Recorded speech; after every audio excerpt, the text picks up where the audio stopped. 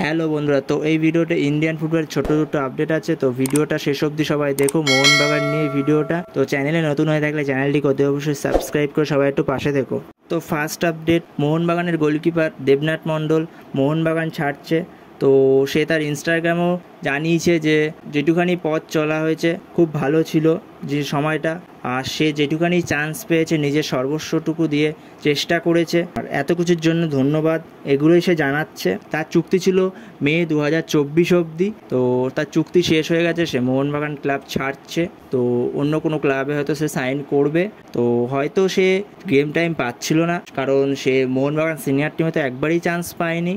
Junior টিমে কলকাতা লিগে তাও দু একবার একটু চান্স পেয়েছে কিছু কিছু সময়। তো তাই জন্যই হয়তো সে মোহনবাগান ক্লাব ছাড়ছে। তো এই আপডেটই ছিল। এর পরের আপডেটে যদি যাওয়া যায়, তো মুম্বাই থেকে দুটো প্লেয়ার মোহনবাগানের নজরে ছিল।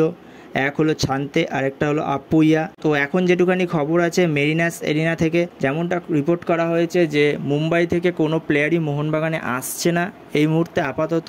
কথাবার্তা যেটুকুই যা হয়েছিল, জানি না আমি ছাংতের সাথে কতটা কথাবার্তা হয়েছিল মোহনবাগানে, বাট আপুয়ার সাথে কিছুটা হয়তো কথাবার্তা হয়েছিল মোহনবাগানের। তো যেটুখানি কথাবার্তা হয়েছিল, বাট এখন ডিলটা হয়তো বন্ধ থাকবে, বা ধরে নাও হয়তো মোহনবাগানে কোনো প্লেয়ারই আসবে না মুম্বাই থেকে এবছরে। তো এই আপডেটগুলোই দেওয়ার ছিল, ছোটো দুটো আপডেটই দেওয়ার ছিল। তো এরপরে নতুন আপডেট পেলে জানিয়ে দেবো। তো ভিডিওটি ভালো লাগলে ভিডিওটি অবশ্যই লাইক আর শেয়ার আর একটা সাবস্ক্রাইব করে দিও সবাই। তো পরবর্তী ভিডিওতে দেখা হচ্ছে, ততক্ষণের জন্য বাই বাই।